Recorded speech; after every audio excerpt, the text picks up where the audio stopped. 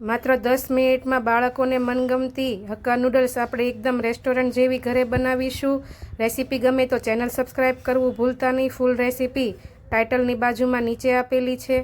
Hakka noodles બનાવવા માટે એક તપેલીમાં 700 ml જેટલું પાણી ગરમ કરવા માટે મૂકી દઈ 1 ચમચી તેલ અને મીઠું નાખી 200 ગ્રામ જેટલી નૂડલ્સ બાફવા માટે મૂકી દેશું। લગભગ 5 મિનિટમાં નૂડલ્સ બાફાઈને તૈયાર થઈ જશે। વધારાનું પાણી નિતારી 1 ચમચી કે 2 ચમચી જેટલું તેલ નાખી ઉપરથી થોડું એવું ઠંડુ પાણી નાખી નૂડલ્સને છૂટી છૂટી કરી દેશું। લોકોને ભાવતા બધા જ વેજીટેબલ કટ કરીને એક પેનમાં તેલ ગરમ મૂકી આદુ લસણ અને મરચાંનો વઘાર કરી બધા વેજીટેબલ 2 મિનિટ માટે હાઈ ગેસની ફ્લેમ ઉપર થોડા એવા કૂક કરી લેશું। પછી એમાં સોયા સોસ, ચીલી સોસ અને ટમેટો કેચઅપ નાખી બધું બરાબર મિક્સ કરી ઉપરથી નૂડલ્સ નાખીને મિક્સ કરીને ગરમા ગરમ સર્વ કરીશું। તૈયાર છે બાળકોને ભાવતી એકદમ રેસ્ટોરન્ટ જેવી ગરમા ગરમ હક્કા નૂડલ્સ। આવજો, જય શ્રી કૃષ્ણ।